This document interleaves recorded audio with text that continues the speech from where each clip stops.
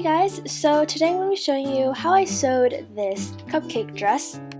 I went with the pleated skirt style in this tutorial. You can wear this high-waisted with the waistband up, or you can fold it in half and have a shorter waistband.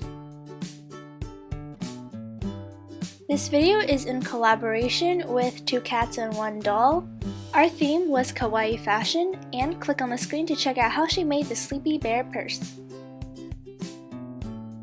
And now here are a list of materials. I made this to have 3 layers, but if you don't like it to be so poofy, you can pick only the outer layer. Before we begin, you're going to need a couple measurements. First, measure out how big you want the waistband to be, and for me it was 33 inches.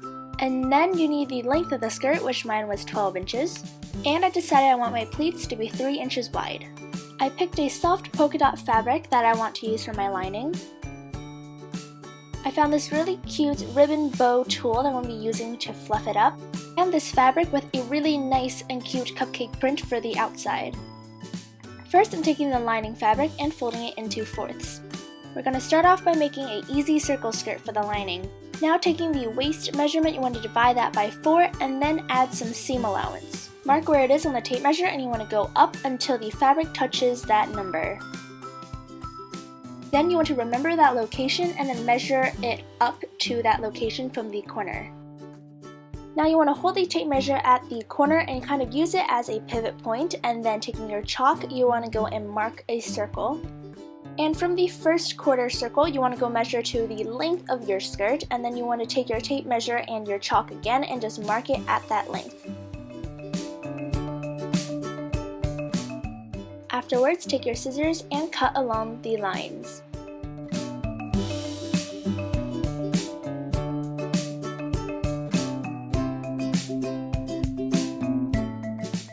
And once you're done cutting, unfold it and you will see you have a nice circle skirt. Make sure to take some time to remeasure and to look over the sizing to make sure that you don't need to make any more adjustments.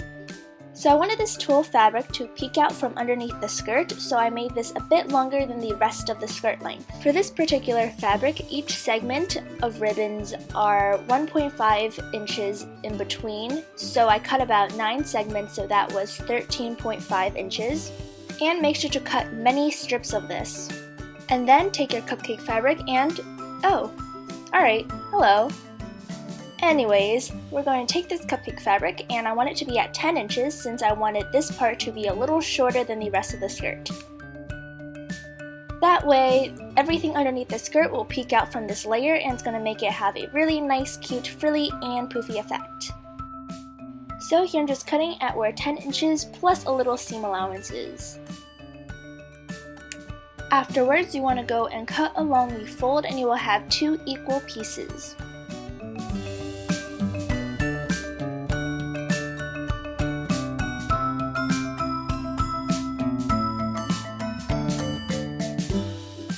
So since 2 pieces will be too long for what I need it for, I'm going to be measuring 1 piece and making sure that they're going to be about half of what I want the total length of the skirt to be, and then cutting off any extra. So to figure out how long of a strip of fabric that you need for this, you want to take the waistband measurement times the pleat size that you want plus some seam allowance. And here's just my example. And once you have all the previous steps done and over with, you are going to hop over to your sewing machine and set it up. I'm starting off with my lining fabric and I'm going to be doing a rolled hem for all the raw edges. Basically, you want to fold over once and then roll under again. So for this part, I'm using a straight stitch, and as for machine settings, I set this to about 2 for stitch length as well as the stitch size. And once you are done, you should have a nice rolled hem. Also, once you're done sewing the hem on the waistline, you want to pick a spot and cut directly straight down and make it into a long strip. So we're turning the circle skirt into a long trapezoid shape, and this will be helpful when we go and fasten stuff. So after that, you want to go and hem this fabric as well, and then you want to sew the right sides together with the wrong edges out and to make it into one long strip. As for the tulle fabric, I had about 3 strips, and you want to sew all the wrong edges together to make it into one long tulle strip. So this fabric is fairly stretchy, so I recommend using a medium-sized zigzag stitch, and this isn't going to interfere with the stretchiness. Next, you want to set your machine settings to a basting stitch, so basically a straight stitch at the longest length that is possible on your machine as well as the highest width. You can also lower the tension as well, but that's not going to make that big of a difference.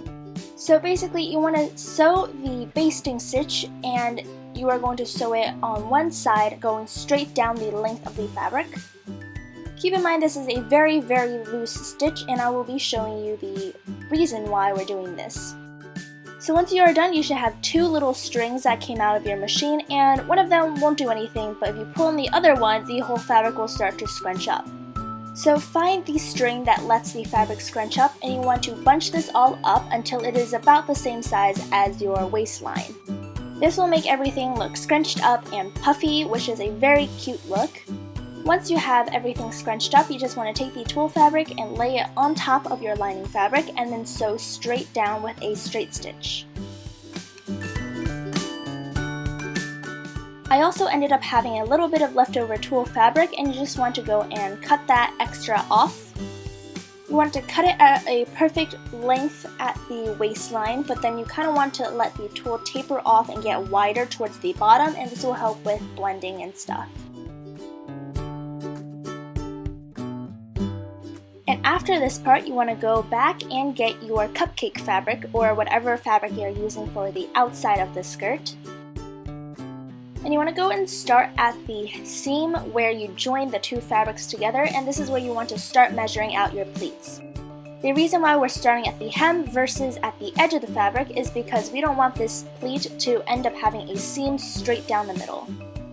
So I'm taking one of these rounded pins and just going to be sticking one in at every 3 inches. So here's how you would start pleating. You want to go to the second pin at the far edge of your fabric, and you want to fold it over, skip a pin, and go to the 4th. So basically you are skipping every other pin and just moving the fabric over so that you create a 3-inch wide pleat. You can pleat in whatever direction you want to, but I am pleating this to the right because that's how most skirts are.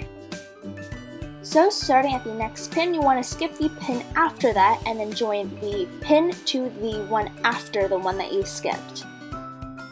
I may be explaining it in a really terrible way, but I hope that just by looking at what I'm doing, you will get a clearer idea on how you should pleat these. And once you've done those previous steps, you just want to keep doing them over and over again until you get to the end or the last pin. After all the pleats are done, I'm taking my tape measure and remeasuring the waistline again to make sure that it's going to fit and that there's no adjustment that I need to make. So this is at the waist length that I need, as well as a 1/2 inch of seam allowance, so I'm good to go. For the waistband, I want the folded style to be 2 inches tall, and then when I want it unfolded, I want it 4 inches, and I'm adding another inch for seam allowance.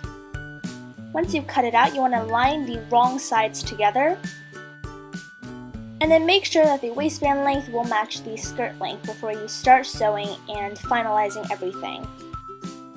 So I'm going to be pinning this together with the rest of the skirt material, and then you want to go and sew the entire waist length. So I folded up spare fabric underneath the presser foot, which will let me get this thicker fabric underneath the presser foot easier. So you just want to go and sew along the entire length of the waistband, and you want to go slowly because the fabric is very thick and you don't want anything to happen. So as you can see here, I had to stop because the tip of the needle on my machine had broken off because the fabric was just so thick, so I really recommend you guys to be careful or invest in a heavy-duty needle. As for machine settings, I would recommend going with a looser and longer straight stitch and just going back twice to give it extra strength and durability. So at this point, the skirt is still a one giant strand of fabric instead of an actual skirt.